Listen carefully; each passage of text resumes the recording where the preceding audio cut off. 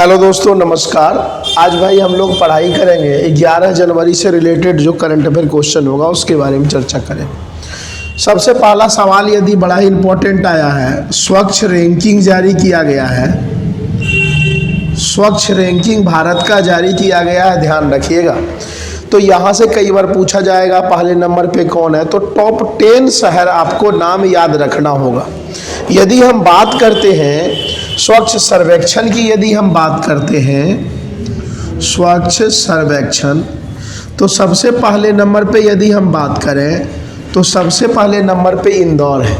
इंदौर भाई किस राज्य में पड़ता है, तो मध्य प्रदेश में पड़ता है। दूसरे नंबर पे भाई यदि हम बात करें तो दूसरे नंबर पे सूरत है। तीसरे नंबर की हम बात करें तो तीसरे नंबर पे भाई नवी मुंबई है।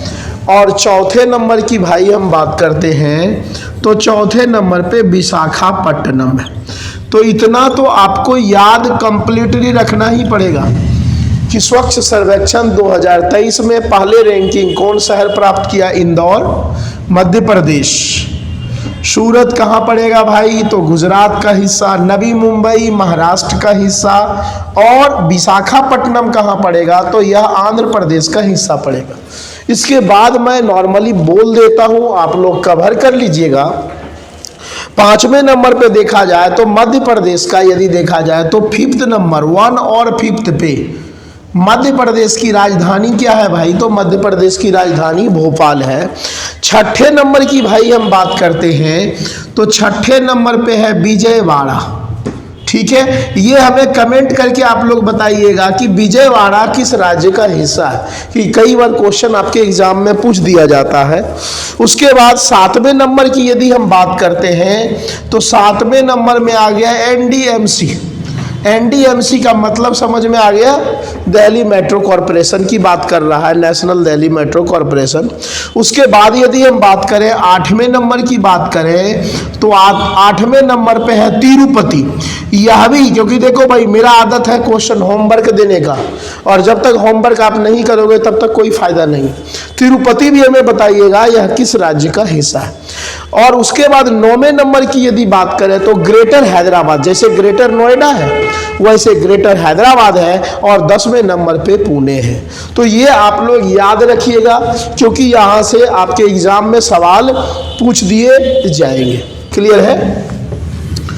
इसके बाद देखा जाए स्वच्छ सर्वेक्षण में भाई गंगा के नज़दीक जो टाउन एरिया है, ठीक है, गंगा के नज़दीक जो टाउन एरिया है उसके बारे में भी जो है ना जारी किया गया है लिस्ट। तो ऐसे आ जाएगा भाई स्वच्छ गंगा टाउन एरिया, ठीक है, गंगा के किनारे टाउन एरिया। तो इसके बारे में भी देख लेते हैं हम लोग।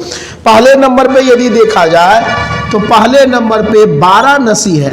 आपको पता होना चाहिए वाराणसी उत्तर प्रदेश, और वाराणसी से ही भारत के प्रेजेंट टाइम के जो प्रधानमंत्री हैं नरेंद्र मोदी, यहीं से चुनाव, एमपी का चुनाव ये लड़ते हैं। दूसरे नंबर की भाई हम बात करें तो दूसरे नंबर पे है प्रयागराज।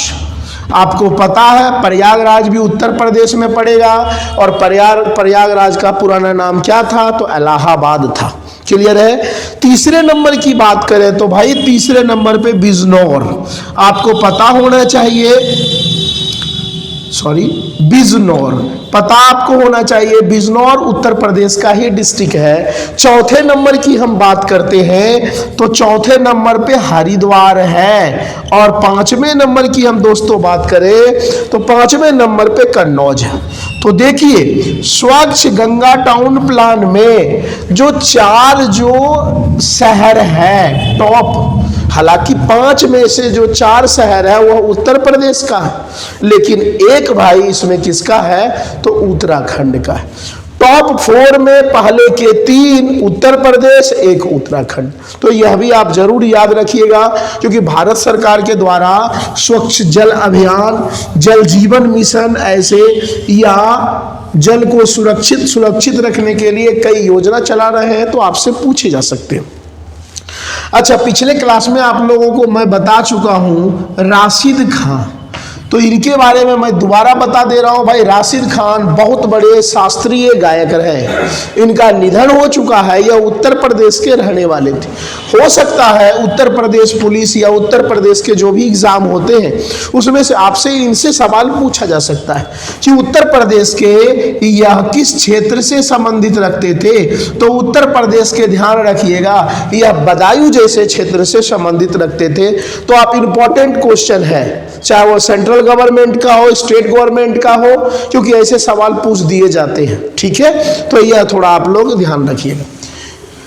अगले सवाल की ओर पूछा जाता है। अगला सवाल है भाई कि भारत को पहली बार गोल्डन ग्लोब अवार्ड कब मिला। ध्यान रखिएगा, golden globe award, globe award या किसे मिला।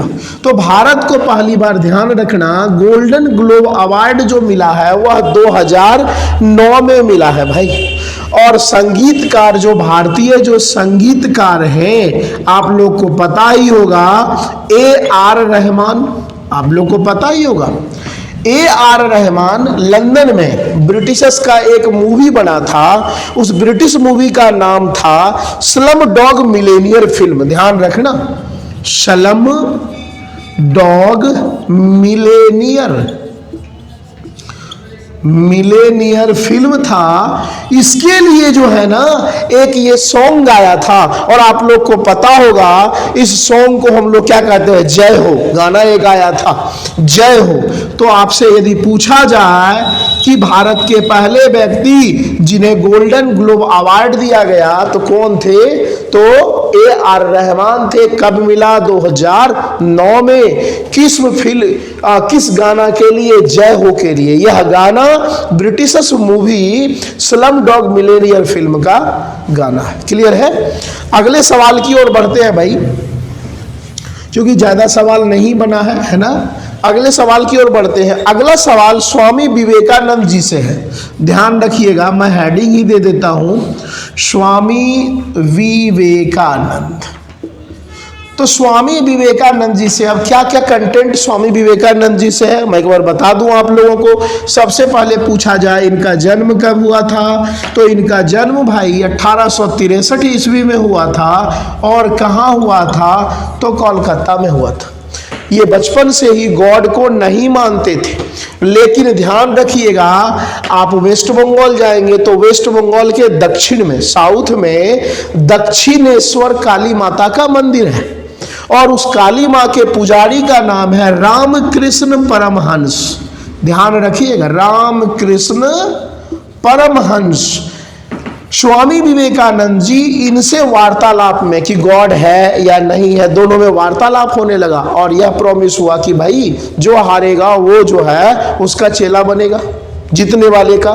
तो ये दोनों वार्तालाप करने लगे और फाइनली स्वामी विवेकानंद जी हार गए और स्वामी विवेकानंद जी को मानना पड़ा वाकई गॉड है। इसलिए पूछा जाए कि स्वामी विवेकानंद जी पूरे आजीवन भर, ठीक है, अपना गुरु किसे बनाए, तो अपना गुरु किसे बनाए भाई, तो रामकृष्ण परमहंस को। क्लियर है। आगे यदि देखा जाए तो कई बार यह पूछ देता है इनका बचपन का नाम क्या था। तो देखिए कई बार एग्जाम में नरेन भी होता है, कई बार नरेंद्र भी होता है, तो आप कंफ्यूज मत कीजिएगा। नरेन हो नरेंद्र हो, दोनों बचपन का नाम जो है इन्हीं का है। इनकी मेन जो ख्याति होती है वो 1893 में, ध्यान रखिएगा, USA में पूरे विश्व का धर्म सम्मेलन होता है।